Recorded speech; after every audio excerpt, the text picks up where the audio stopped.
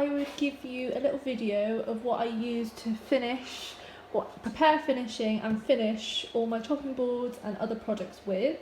So first of all, when I have finished making a board, I need to sand it. So I start at 120, then to 180 and then to 240. I use my Metabo for the flat sides, but then for the edges I need to use my cork block so that they're nice and flat and I don't ruin the rounds and the edges. I also use the P400 grit and these great little pads for denibbing in between coats, and they're really fantastic.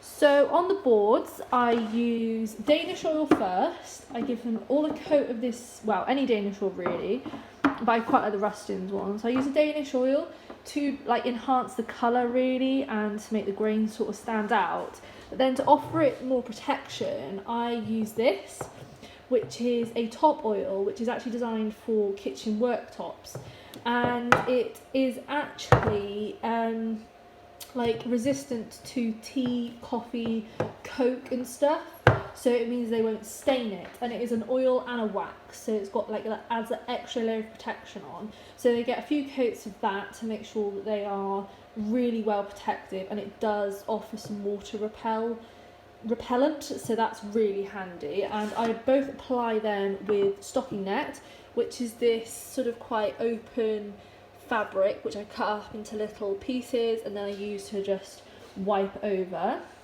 For the soap dishes I use the crystal clear lacquer. I use this a lot, and this is what I used to finish my really big champagne cabinet that I did back in 2018, I believe, 2019. So it's completely finished in this stuff. This is super hard wearing. As you can see, it's water resistant, stain resistant, heat resistant, and it was also water wash up as well, so it doesn't have much sort of pollutants in it either. And it's from a company called Polyvine, which have been really brilliant. I do use a few other of their things, so their Cascamite has also been really good. And I apply that with a natural hair lacquer brush. Now I got this, I believe, from like an art supplier, AS Handover. I have a mini one as well as this 2-inch one for doing little tiny intricate work. But this is just, it applies it so smoothly, and it means, because it's really wide, it sort of covers a really big area in one go, so I get less brush strokes, which is really important because I want a nice smooth finish. And because it's got that water resistance, it's brilliant for the soap dishes when they're going to have wet soap put on them. It means the water will just run off them, which is exactly what we need. So that's what I use on the soap dishes, and these two are the ones that I use on the chopping boards.